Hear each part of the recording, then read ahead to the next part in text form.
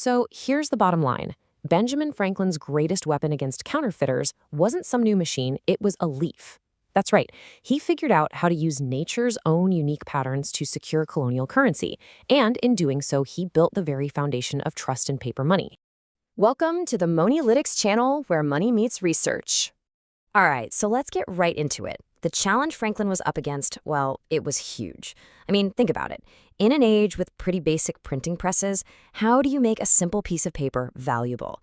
And maybe even more importantly, how do you get everyone to believe that your piece of paper is the real deal and all the others are just worthless fakes? Okay, so to really get what Franklin did, we have to understand the problem he was staring down. And that was the massive counterfeit crisis that was absolutely crippling colonial America. You see, the American colonies had a serious security nightmare on their hands. Unlike Europe, they didn't have a lot of gold and silver to make coins, so their entire economy ran on paper money. But here's the thing. This paper was printed with really simple woodcuts. For any decent engraver, copying a bill was, well, it was child's play. Counterfeiting wasn't just some rare crime, it was practically a cottage industry. And the fallout from this, it was devastating. This flood of fake money just completely destroyed public confidence. You had merchants who started flat out refusing to accept paper bills. Commerce was grinding to a halt.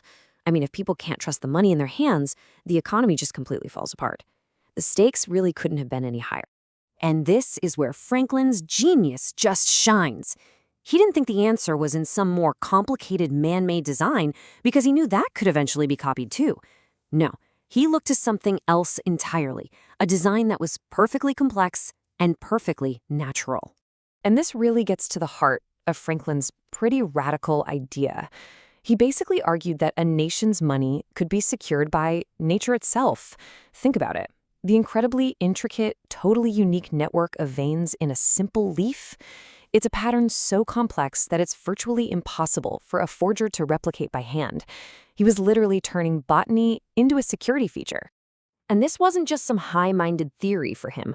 Oh no, this was a direct shot at the criminals of his day.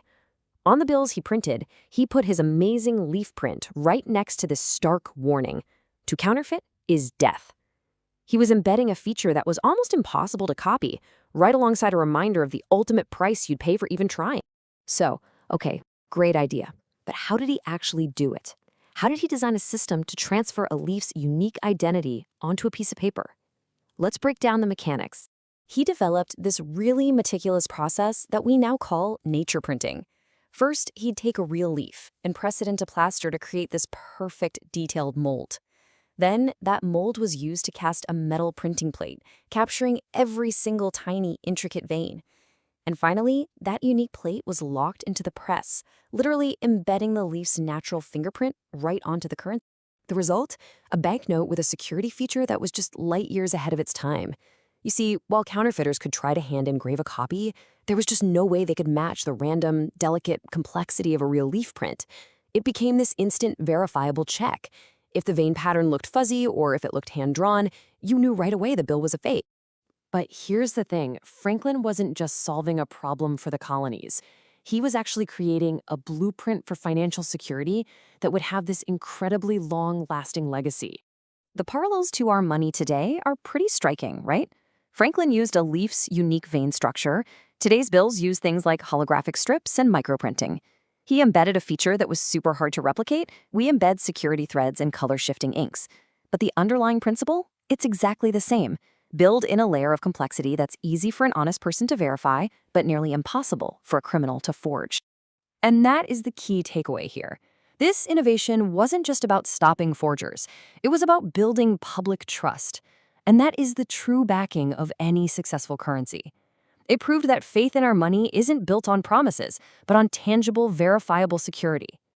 Which, leaves us with a really powerful question for our time. In this world of digital currencies, cryptography, and AI, Franklin's system kind of forces us to ask, what is the modern equivalent of the leaf? What tangible proof do we have that secures our trust in money that more and more we can't even see or touch? If you found this research valuable, please like the video, subscribe to MoniLytics, and check out the affiliate links in the description to support the channel. And stay tuned for our next deep dive, where we'll be shifting our focus to why Franklin viewed debt as a threat to character.